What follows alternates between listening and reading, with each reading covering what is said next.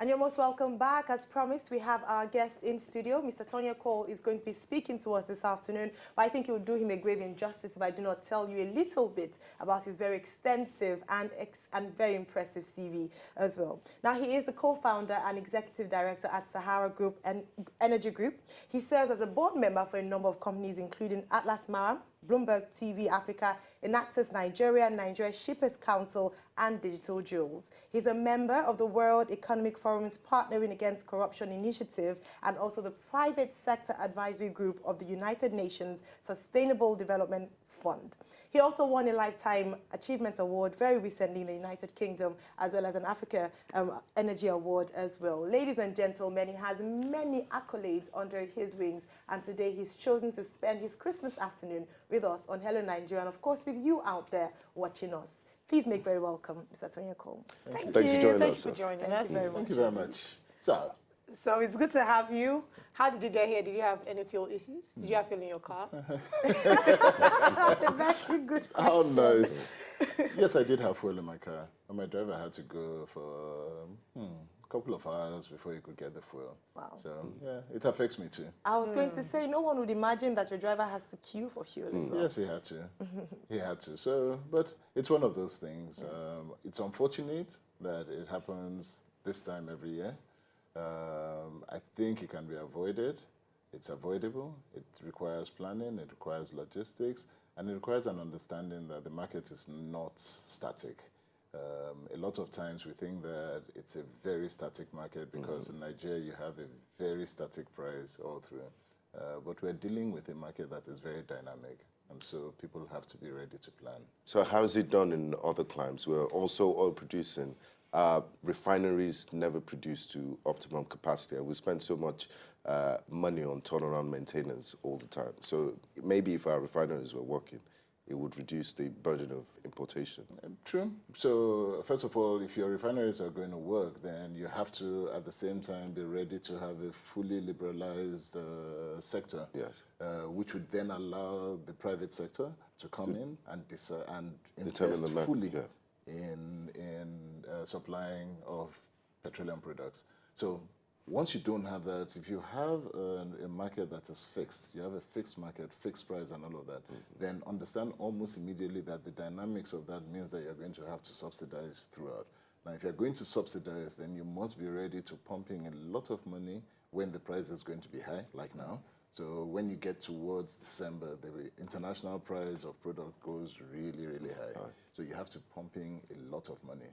As you go into the summer months, the price starts coming down. So there are dynamics like that, but it's one of those things. All right, now we have a nation, like you mentioned. We've had this year in, year out. Benga talked about 40 years ago when we had the headline, and that has been viral. People on social media have been commenting on this. And I love the fact that I'm sure many Nigerians out there watching will also love their ears will perk up when you mention avoidable. So what is it exactly that we're not doing right? Because ideally, we expect our government to be proactive. We know this happens usually. What should they be doing that they're not doing, and why are they not doing it? And so one of the things of insanity is continuing to doing the same thing over and over again. And it's good to go back and look at 40 years, and you're having fuel crisis 40 years ago, you had 30 years ago, 20 years ago, 10 years ago, and all. And the one thing that has been constant, as far as all of that has been, right, is that it's never been privatized. It's fully subsidized. You have a fixed price all through and all. And so you see that there's something wrong with that model straight away. Frankly, there's a lot wrong with that model. And at this same time, you have a population that continues to increase. You have more cars on the road than ever. You have people who are getting more affluent and wanting to move around. So all of these things are happening on the one hand. Investment needs to come in. And there's only so much that government can do. There's only so much you can put into a refinery, only so much you can put into petrol stations and all.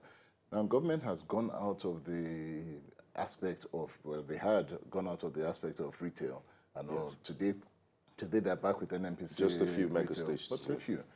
But all of that has gone. But you really need to get the entire value chain right. If you don't get that value chain right all the way, you will continue to. But the consequences of altering that system, if we're going to be buying petrol, like my friends in the UK say, oh, you guys are complaining, you're getting petrol at 145, that if you convert the equivalent to Nigeria. And I know where If we you're go with the market prices, looking at the economy and Can we how afford everything is connected to the price of petrol, it might be too radical a move.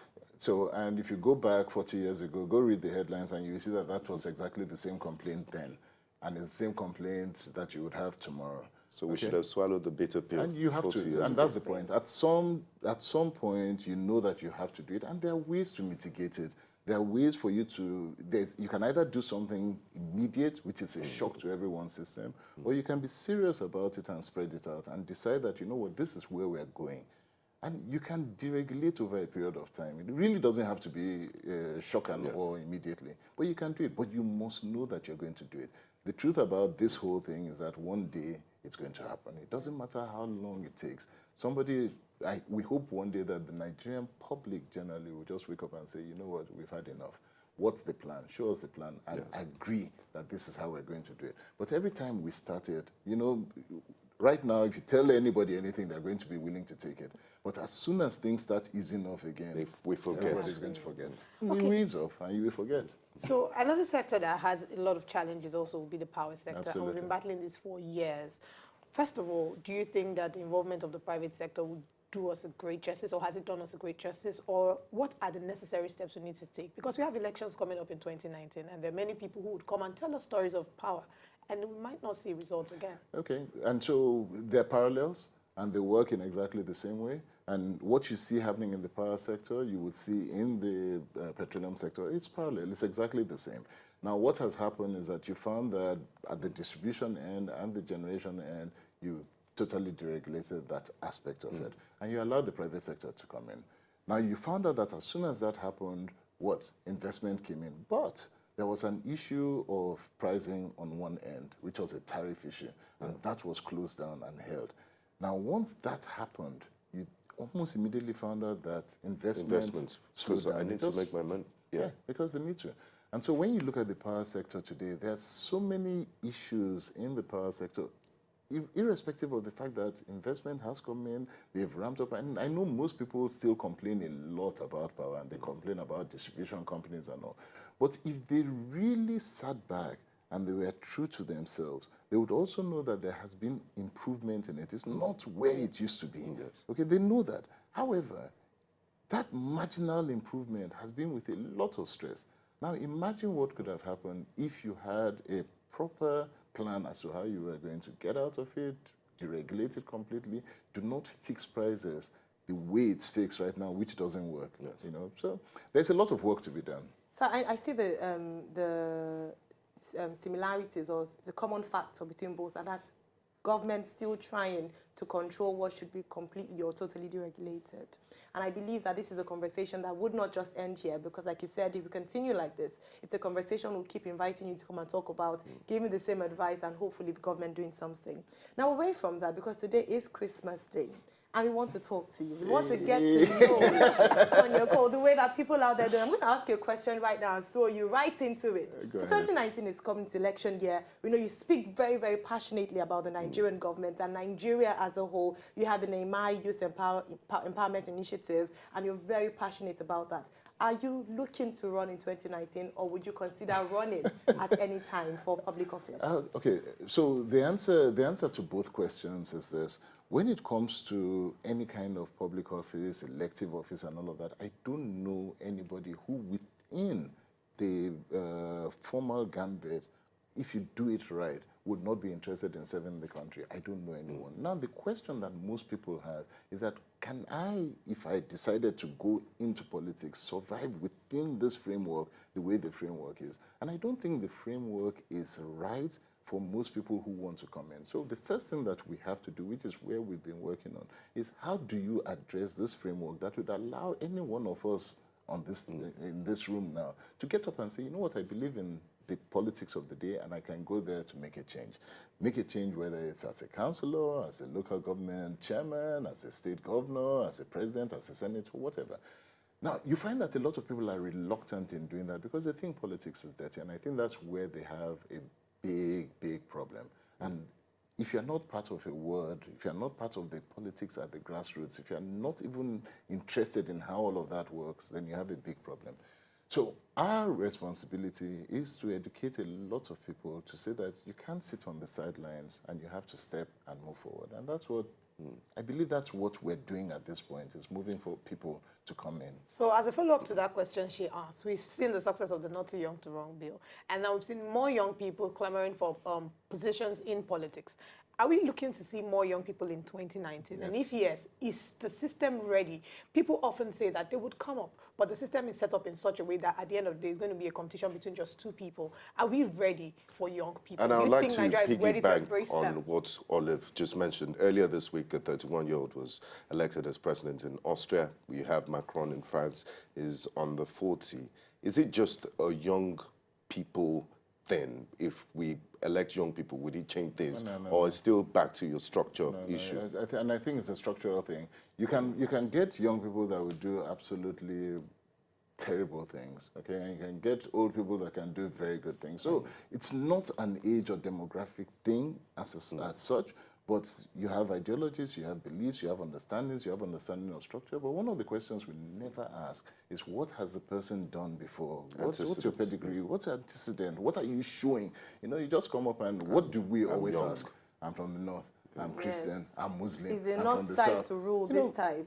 and that's rubbish. As far as I'm concerned, Absolutely. if that is what leads us into elections, then we're in trouble. But some people argue that some of these young people who have even done sufficient things go into the system, but the system is set up in such a way that they're being influenced by a cabal. No, not that's just already been influence. set So up. It's money, it's money or they're politics. being How do you oppressed, pick up a so they can't nomination even- form for millions of naira? Okay, guys. So first of all, how do you pick up a nomination form? Already means that there are only one party or two parties that you can build a platform on.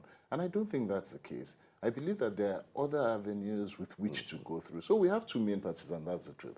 But there are so many people that are totally outside these two parties. And what you probably need today are candidates or people who have the capacity to pull this whole group that have no interest in what's happening here and galvanize them such that they will come around in new party, new organization, new movement. And that's what I think would happen.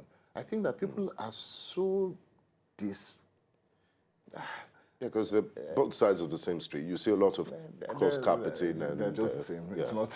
They're exactly the same. So you need to be able to bring a new message, new ideology, new movement that will resonate with people, new questions. And most people you speak to, it's a matter of choice. You know that they are totally dissatisfied with what they see.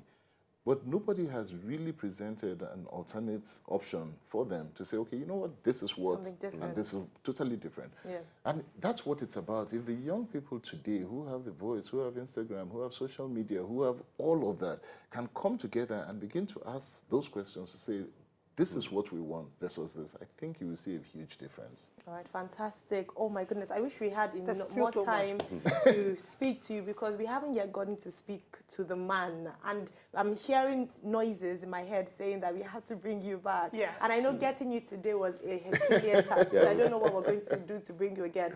But I know you didn't quite answer our question, yes or no, if you'd be running. I don't Yes. know. I don't know. So, All right. But people can follow you on social media to Anytime. find out what is going on with you, and if at any point in time you make that decision that a lot of people are waiting for, because we need bright younger minds, to go on there and lead Nigeria right. Now, just one final question before we have to let you go. For Christmas, what's your ideal way to spend Christmas? Christmas is about family. Christmas is about giving. Christmas is about making a difference in people's lives. And you would find out that a lot of people come into Christmas and there are two things in their heads. The first aspect of it is, I've just gotten to the end of the year. Did I achieve everything? And a new year is coming. Am I looking forward to that? If you can speak into those two things and make them know that the fact that you're still alive now means that you have done quite a bit. And if you're alive, there's hope for next year. I think very, very brilliant Thank you message. very And we much. must all say that we recognize the work you're doing with young people Yes. and the work you're doing with regards to philanthropy and inspiring people. We see you, we acknowledge you. Thank you, and Thank you. Merry Christmas. Ah, I bet you continue to have your I was jealous that I didn't have a card out here. And so thank you very much. Thank you. This is And the brilliant. arts, I mustn't forget the arts. I wanted to ask you questions about investment in the arts because it's something that you're heavily interested in. But I mean, this is, let me give you tease as to what we want to ask you. So you can come back. And please, you have to promise us on national TV that when we invite you next, you will come again. Oh, she wrote Another episode. Beautiful, beautiful. So are you coming again when we invite Yes, I would come again. I'll come again. Because there's so much I had to more. put him on the spot. Yes, yes. Okay, don't mind. final before we let you go. Now, today is Christmas. We know people usually give a message. I want to give a, Merry Christmas to my family at home. I want to give you that opportunity to say to anyone at all you'd like to say Merry Christmas, your family, your fans, your friends. Essentially, I'll just speak this to Nigeria. I love Nigeria so much, and I believe in this country. So Merry Christmas, Nigeria. It's a time of joy. It's a time of hope. It's a time of belief. Next year would definitely be better than this year, and we'll continue to progress. So, Merry Christmas all. Love you all. Nigeria, Merry Christmas. Yay! And on that note, to wrap up this segment, but don't go anywhere. We still will be serenading you out of today's show. We have minstrel and award-winning minister, Myro Essay. AKA the husband. To enjoy more of these our Ogbonge videos when you just watch, press this button to subscribe on top of our YouTube page. You go love am.